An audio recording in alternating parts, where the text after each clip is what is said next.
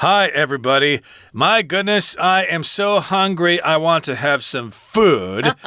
And that's what we're going to be talking about on St. Patrick's Day today, March 17th. Although our subject is not about Ireland, it's about France. Okay, now if you go to France, one thing you have to try is the food there, of course. The French are very proud of their language and their culture, and especially their food.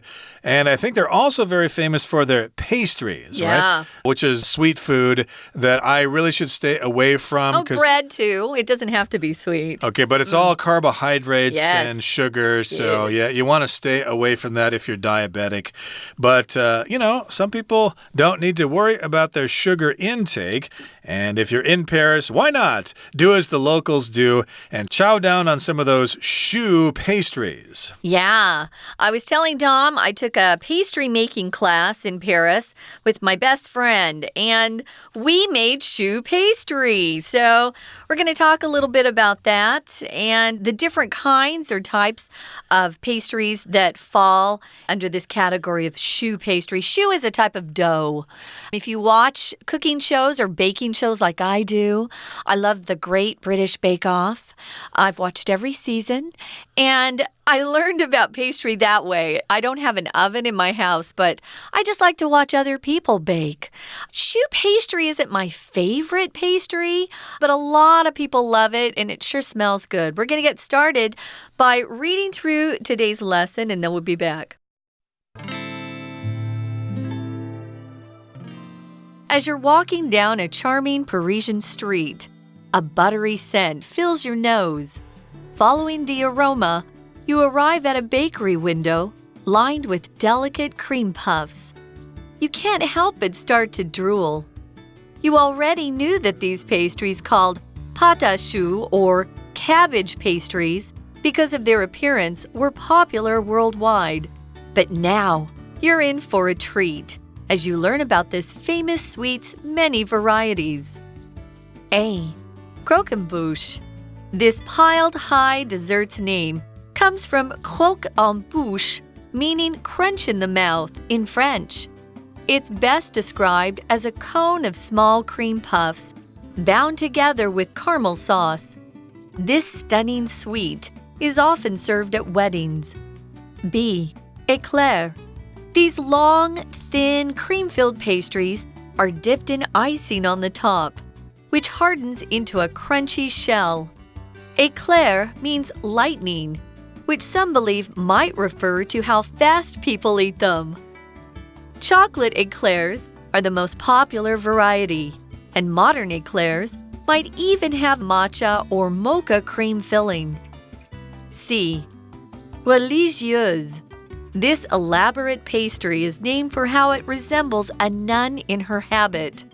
It consists of a smaller choux pastry on top of a larger one. Both are filled with cream and coated with chocolate or mocha, then joined at the middle with buttercream icing. It's certainly among the more elegant of the choux pastries. D. Paris-Brest.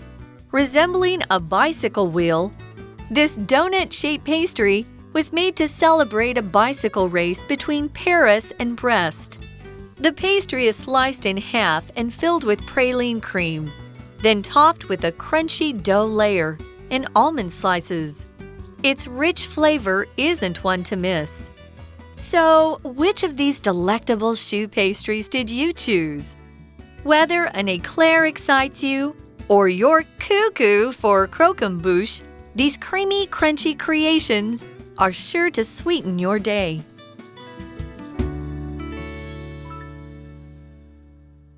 Okay, so today we're talking about food. Yeah. Food is something you eat when you're hungry, and we're talking about sweet kinds of food here. These are pastries that are famous in France called choux pastries. No, not pastries that you're going to put in your shoes or step on with your shoes. No. This is a spelling in French, C-H-O-U-X, that is pronounced choux. And I guess I've heard of this before, but they're kind of like cream puffs or things like that. Yeah. They are delicate, exquisite pastries that France is known for. And of course, here in Taiwan, you've got great bakeries that probably make this stuff as well. You've probably had some here if you know where to go. Yeah, we've got some great bakers now here in Taiwan. It's kind of fun. So we're going to talk about satisfying your sweet tooth. If someone has a sweet tooth, it just means they're really tempted by, desserts and things that are sweet, things that have a lot of sugar in them. Usually, a person with a sweet tooth likes donuts and pie and, cookies, things like that, rather than just candy. But it could be candy. But typically, if you talk about someone's sweet tooth, you're talking about desserts that are made in a bakery, or maybe you bake them at home. My mom had a big sweet tooth. I'm not so much a person with a sweet tooth. I like salty food better. But I wouldn't turn down some of these French pastries. So we're going to talk about choux pastries. And like Tom said, it's got a weird pronunciation, but remember, it's French. And people in France say their words weirdly, I must say. Yeah, not to them, though, of course. No. If you're a French speaker from France, you think your language is the most beautiful in the world. They love it, yes. I personally like Russian better. Oh, really? But in any case, well, I think it sounds kind of more expressive. But in any case here, that's a matter of opinion. But here in the first paragraph, it says, as you're walking down a charming Parisian street, a buttery scent fills your nose. Now, of course, if you're walking down a street in Taipei, you won't have the same smell that you would in Paris. In Paris, of course, you're going to have a buttery scent that fills your nose, especially if you're walking past a bakery. I suppose if you walk past a bakery in Taipei or Kaohsiung, you'll have a similar experience. Yeah, because they sell croissants here a lot. They do, yes. I guess it depends on where you are. Yeah. I don't think you're going to smell these aromas in a night market, but it would have to be along the street next to a bakery or something like that. But in any case, imagine that you're in Paris, and anything having to do with Paris is called Parisian.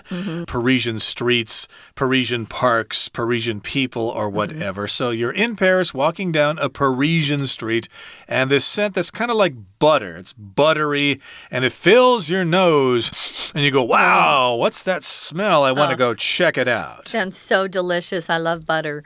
So you're going to follow the aroma, or following the aroma, you arrive at a bakery window lined with delicate cream puffs. Okay, so aroma is another word we use to talk about how something smells. It's a positive word. The aroma is usually used in a positive way. Something stinks, we use the word odor or smell. What's that smell? Or you listen to someone's tone. It could be, ooh, what's that smell? But here, it is a good smell because you're at a bakery window. And in the window, they always like to tempt people who are passing by with all the wonderful treats they have inside. They do that here too, which I quite enjoy. You've got a window lined with delicate cream puffs. If it's delicate, it's easily destroyed or broken or hurt. Someone could have a delicate body. Maybe they have to be very careful, or they'll break a bone or something like that. Delicate. So cream puffs are a good way to talk about what choux pastry is. Choux pastry, it's got a particular dough, and then you make the dough, the choux dough, and from the dough, then you can create lots of different varieties, and that's what we're going to be talking about. Here it says, when you reach that window and you have that wonderful aroma around you, you can't help but start to drool. Drool is a verb. It just means you're salivating, your mouth starts producing water, which we call saliva, because you smell something or something looks good and you're hungry and you want to eat it, and so your mouth starts preparing for food. It's telling you, please put something delicious in my mouth. Yeah, babies drool all the time. Even dogs will drool when they're really hungry. As humans, we're not supposed to drool. It's considered gross, disgusting, rude. But we'll say whatever. it as a joke, right? If someone's cooking dinner for us and it smells good, we can say, ooh, my mouth's starting to drool, or I'm starting to drool. Indeed. So, yeah, you can't help but start to drool. Yeah. You already knew that these pastries called pâte à choux. Did I say that right? Pâte à choux, 对. Okay, or cabbage pastries, as that translates. Because of their appearance, you knew that they were popular worldwide, but now you're in for a treat as you learn about this famous sweet's many varieties. So, yeah, you knew this before. You'd heard about these pastries, pâte à choux. And cabbage pastries is the English way we describe the French term here, pâte à choux. And that's because of their appearance. They look like little cabbages. And you also knew that they were popular all over the world. But hey, you're in Paris now. You're walking down a charming Parisian street. So you're in for a treat, which means very soon you're going to have something very tasty to eat. Yeah, I like that phrase. Hey, we're in for a treat today. Something to look forward to. It doesn't have to be food. It could be a fun weekend away, something you're looking forward to. So here are some of the varieties that I've seen before. The only one I don't really recognize is the Paris-Brest. Paris-Brest. I may have seen it, but I didn't know what it was called. But the first three, yeah. First one is the most famous, I would say. It's quite stunning to look at, and it takes a long time to put together. It usually takes someone who's very skilled at baking, so don't try this at home. It's called a croquembouche, or I've heard some people pronounce this croquembouche. Bouche, it just means mouth. So it's a dessert that is composed or comprised of lots of little cream puffs, and then they're held together with caramel. And this caramel is very light, and it looks like it's very fine. It looks like a web almost. But it's hard to make, and it's hard to keep it from tipping over or falling down. I think it would be hard to make in Taiwan because it's so humid here. But it's very high, piled high. You'll often see these at weddings. Has to be a special occasion. I don't think they taste that great, to be honest, but they look amazing. To pile something high just means to stack things on top of something else. You might have a pile of laundry, or your laundry is piled high in your bedroom. The name comes from croque en bouche, and it means crunch in the mouth in French. So bouche is French for mouth, and then croque is the crunch. And when you bite into these cream puffs, there's cream inside, but there's crunchy caramel on the outside, and they do crunch. Right, they use that caramel or caramel. Yeah. You can pronounce it both ways there, which is basically sugar that's been heated and with butter. Yeah. With butter, and it turns kind of brown. And in this particular case, all those little cream puffs are bound together. They are stuck together. They stick together. They're glued together. Tied together. With that caramel sauce. And this stunning sweet is often served at weddings. So I don't think you're going to be able to buy it at any pastry shop. Oh, no, it has to be bakery. specially made. Yeah, I've never seen them myself. But, we'll be back in just a second to talk about some of these more choux pastries. But let's take a break and listen now to our Chinese teacher. 大家好，欢迎收听 English Digest， 我是哈利。提到下午茶时，大家会想到什么甜点呢？巧克力、提拉米苏还是布丁呢？当然，别忘了泡芙也是很受欢迎的下午茶点心。但你知道泡芙有很多不同种类吗？我们就一起阅读文章，来看看这些不同种类的泡芙介绍吧。首先，我们看到第一段第二句 Following the aroma, you arrived at a bakery window lined with delicate cream puffs. 你沿着香气到达了排列着精致泡芙的面包店橱窗，你忍不住开始流口水。本句有个表示气味的单字 aroma 多指食物、饮料或植物等的香味、芳香。例如 The bakery was filled with the aroma of freshly baked bread. 这家面包店充满了刚出炉的面包香气。表示气味的单字还有 fragrance F-R-A-G-R-A-N-C-E泛指香气、芳香。例如 I could tell Judy was wearing perfume because there was a fragrance in the air when she passed by. 我知道朱蒂今天有擦香水，因为她经过时空气中有一股香味。Odor, O-D-O-R 指特定的气味，常指难闻的气味或臭味。例如The odor coming from my old sneakers was so bad that my mom threw them out. 我那双旧运动鞋味道很臭，所以我妈把鞋丢了。We're going to take a quick break. Stay tuned. We'll be right back.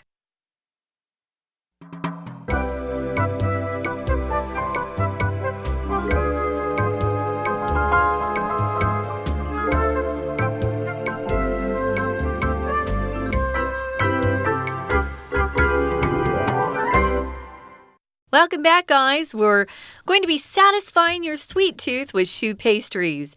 Different types of pastries that are made with a dough called choux. It's not easy to make. I have made some. I wasn't quite as successful as my friend Alex because she'd made some before. She's nuts for choux pastry, not me.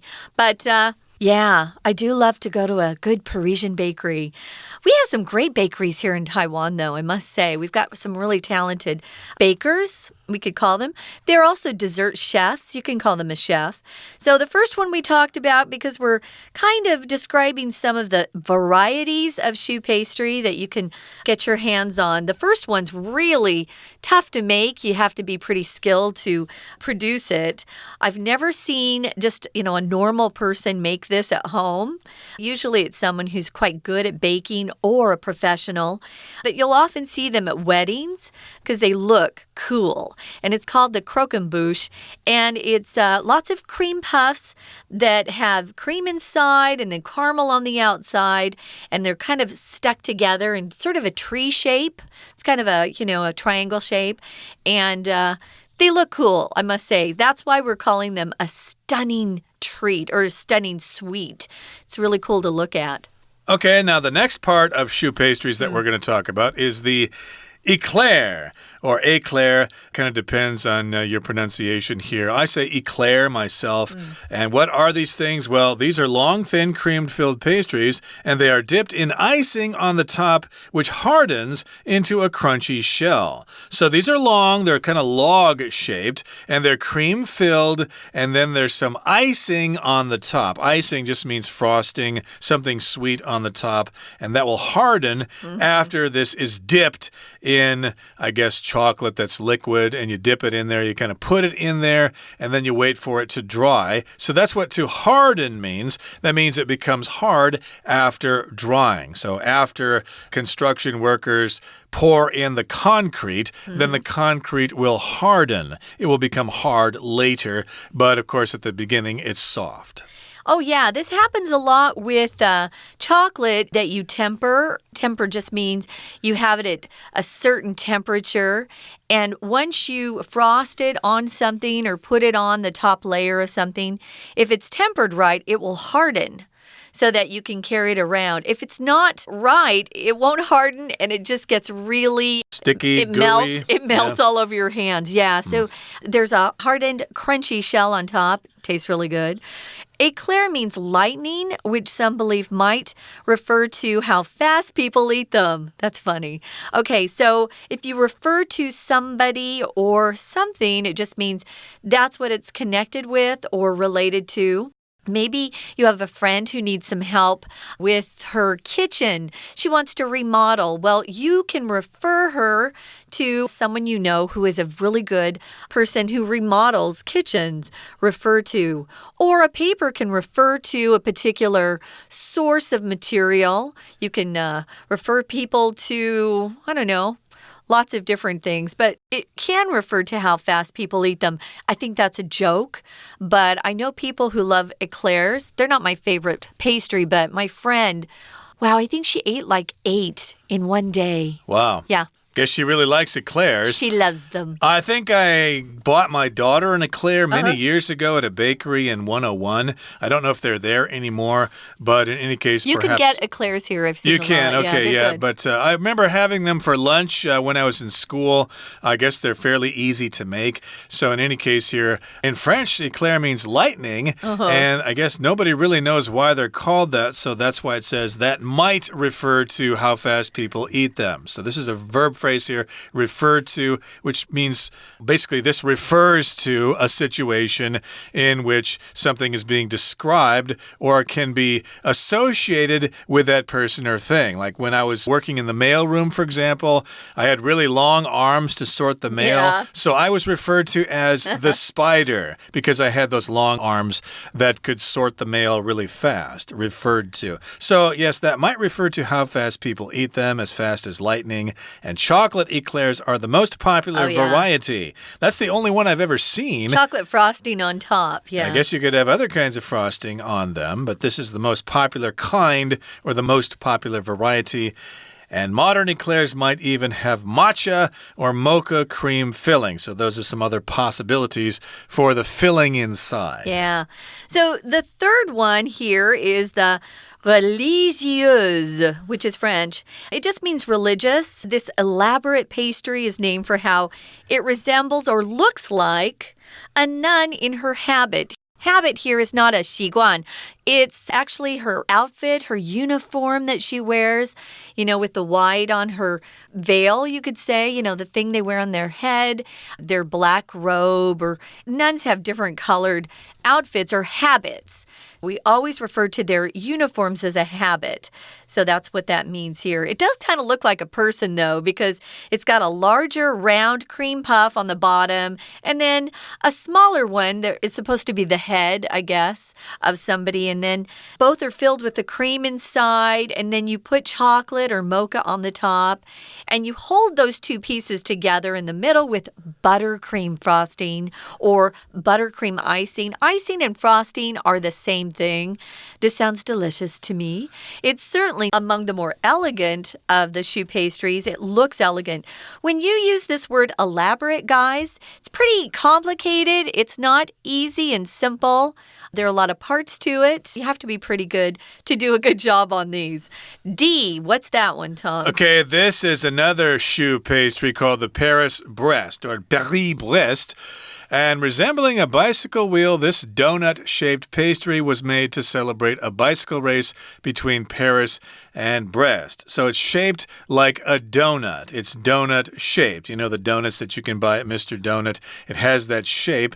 And it was invented or created to celebrate this bicycle race between Paris and Brest. They love their bicycle races in France, the Tour de France and stuff like that. They do. And the pastry is sliced in half and filled with praline cream. I guess that's a kind of cream based on kind of sauce or something. And then it's topped with a crunchy dough layer. If it's topped with something, that means that's what is put on the top. And this is crunchy dough, which is, when you have the flour and the eggs and the milk all mixed together, you have this dough. It's a layer of dough, which is a level of dough. It's kind of thin and it's on top there. You also got these small slices of almonds, almond slices. So here almond is an adjective, so it's almond slices or slices of almond. And its rich flavor isn't one to miss. You got to have it. You don't want to miss out on this opportunity. Yeah, I wanted to mention praline. It's one of my favorite things in the world. It's a sweet substance. You make it by boiling nuts and sugar and then grinding that mixture down. They make praline ice cream. Baskin-Robbins does. It's delicious. Anyway, praline, yeah. So that sounds delicious. So which of these delectable choux pastries did you choose? It's hard to choose among them. They're also delicious. Delectable, it's an adjective for food or drink. Just means delicious. Or it could also mean somebody, usually it's a woman, who's really beautiful or attractive, almost so pretty or beautiful you want to eat them up. So delectable here just means really tasty and delicious. Which one would you choose? Whether an eclair excites you, that's not my choice, or you're cuckoo for croquembouche. These creamy, crunchy creations are sure to sweeten your day. Our author here, Catherine, is coming up with kind of a fun last sentence here with alliteration, lots of words that start with similar sounds. Creamy, crunchy creations. You can practice that. While you practice that, we're going to listen one more time to our Chinese teacher. 我们接着看到 be eclair 这一段的第二句。Eclair means lightning, which some believe might refer to how fast people eat them. Eclair 的意思是闪电，有些人认为这可能是指人们吃它的速度多么快。Which 子句里的 some believe 是插入语，省略后并不影响句子原来的结构。例如 The girl who I believe is one of my distant relatives is talking to my father. 我认为是我其中一位远亲的女孩正在和我父亲说话。这一句中的 I believe 是插入语，省略后并不影响 Who is one of my distant relatives 的结构。另外，此句有一个动词片语 refer to。refer to 在本句是意指什么的意思，而 refer to 还有提到、说起的意思。例如 Although Mary didn't mention any names, everyone knew who she was referring to. 虽然玛丽没有提到任何名字，但大家都知道她在说谁。Refer to 还有参考、查阅的意思。例如 Complete the exercise without referring to a dictionary if you can. 如果可以的话，完成这练习前不要查字典。另外Refer to A as B 有将 A 视为 B 的意思，相当于 see, view, regard, take, think of, look on 加 A 加 S 加 B。例如 Many music fans still refer to Elvis Presley as the king. 许多乐迷仍视猫王为歌王。我们接着看到 C 修女泡芙这段的第二句It consists of 这一句，它由一个较小的泡芙放在一个较大的泡芙上所组成，表示 A 由 B 组成要用 A consist of B， 表示 A 由 B 组成的片语还有 be composed of、be made up of。要注意的是 consist of 要用主动语态， be composed of、be made up of 则是用被动语态。例如The book is composed of 12 chapters. The book is made up of 12 chapters. 或是 The book consists of 12 chapters. 都是指这本书有12个章节。我们接着看到文章最后一段的第二句 Whether an eclair excites you or 无论是使你感到兴奋的闪电泡芙，或是你对泡芙塔着迷，这些既柔顺、滑腻又松脆的艺术品必定能抚慰你的一天。本句以 whether 连接一个副词子句 Whether A or B 表示无论是 A 或 B 的意思。例如 Whether you accept or reject the result won't change anything. 无论你接受或拒绝这个结果都不会改变任何事。以上就是今天的课程，谢谢大家收听。That's it for today, everybody. Boy, that makes me hungry, but again, these are very sweet treats. Make sure you have your regular meal first. From all of us here at English Digest, I'm Tom. I'm Stephanie. Goodbye. Bye.